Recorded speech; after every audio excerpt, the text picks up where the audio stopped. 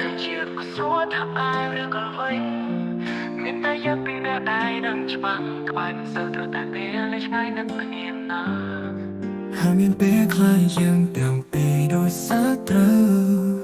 រំភើបក៏មិនឆ្លោះយំមកគ្នាក៏មានពេលខ្លះឈាមដល់សំបែកใจផ្លូវនំឆ្លងនំបាយទៅគ្នាសង្ការត្រូវ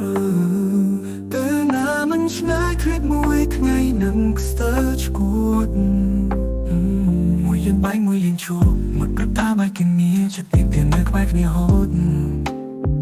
បែកគ្នារាប់មិនអស់ឡើយជួបមកហើយរឿងកំសត់តែមិនហត់នឹងសោះសាព្រោះត្រូវការគ្នាមានតែយើងពីរនាក់ដែលដឹងច្បាស់ក្បែរមិនសូវត្រូវតែពេលនៅឆ្ងាយនឹកគ្នាណាហើយមានពេលខ្លះយើងទាំងពីរដូចសើរំភើបក៏មិនឆ្លោះយំមកគ្នាក៏មានពេលខ្លះឈានដល់សំបែកใจផ្លូវក៏ខ្លះជ្រុងនំបែកទៅគ្នាសង្ការ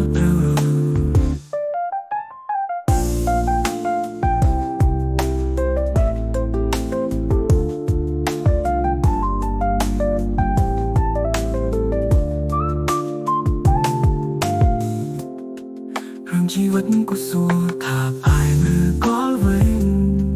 មានតែយើងពីរនាក់ដែលដឹងច្បាស់ក្បែរមិនសូវត្រូវតែពេលនៅឆ្ងាយនឹកគ្នាណាហើយមានពេលខ្លះយើងទាំងពីរដូចសើរំភើបក៏មានឆ្លោះយំមកគ្នាក៏មានពេលខ្លះឈាមដល់សំបែកใจផ្លូវក៏ខ្លះជ្រុងនំបែកទៅគ្នាសង្ការមួយលេងបាយមួយលេងឈួរមកប្រថាបែកគ្នាចិត្តពីពីនៅក្បែរគ្នាហូតបែកគ្នារកមិនអស់ឡើយជួបមកហើយរឿងកំសត់តែមិនហត់នឹងសាប់សាព្រោះត្រូវការគ្នា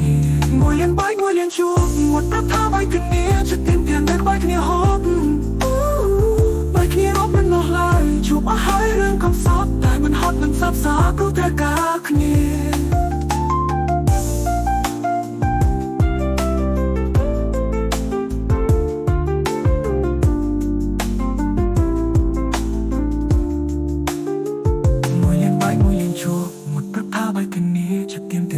គ្នាហូត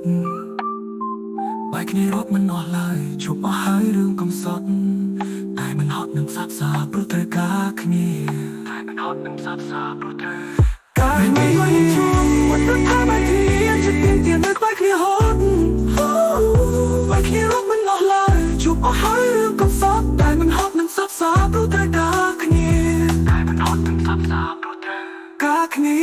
នឹងបាយមួយលេងជួបមកប្រថាបែកគ្នាចិត្តពីពីនៅក្បែរគ្នាហូត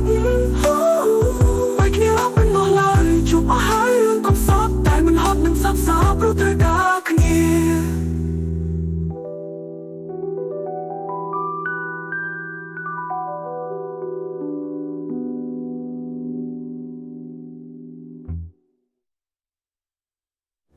បាយមួយលេងជួបមកប្រថាបែកគ្នាចិត្តពីពីនៅក្បែរគ្នាហូត